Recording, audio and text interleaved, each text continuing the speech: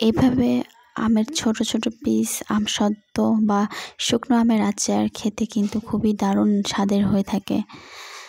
আসসালামু আলাইকুম ভিউয়ার্স, আজকে আমি আপনাদেরকে দেখাবো কিভাবে আমসত্ত্ব বা শুকনো আমের আচার অনেক দিন ঘরে রাখতে পারবেন। এটাতে কোনো ফ্রিজের প্রয়োজন হবে না, ফ্রিজ ছাড়াও রাখতে পারবেন।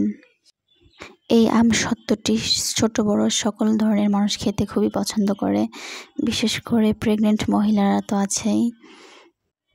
আমসত্ত্বগুলো দীর্ঘ সময় সংরক্ষণ করতে চাইলে কিছু সঠিক পদ্ধতি মেনে চলতে হবে। এখানে আমসত্ত্ব সংরক্ষণের কিছু উপায় দেওয়া হলো বা আপনাদেরকে জানানো হলো। শুকিয়ে নিতে হবে। প্রথমে আমসত্ত্বগুলো ভালোভাবে শুকিয়ে নেওয়া জরুরি। রোদে অথবা ওভেনে শুকিয়ে নেওয়া যেতে পারে। শুকানোর পর আমসত্ত্ব পুরোপুরি শুকনো হলে তা সংরক্ষণ করা সহজ হয়। এছাড়াও এয়ারটাইট পাত্রে সংরক্ষণ করতে পারেন। শুকনো আমসত্ত্ব এয়ারটাইট পাত্রে রেখে দিন।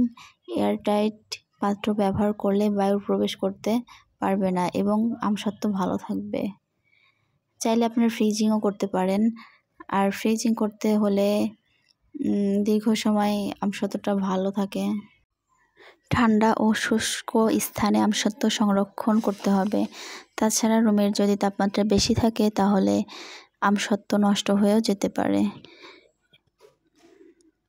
এই উপায়গুলি যদি আপনারা মেনে চলেন বা মেনে আমসত্ত্ব রাখতে পারেন তাহলে আশা করা যায় 1 বছর অন্তত ঘরে আমসত্ত্ব ভালো থাকবে।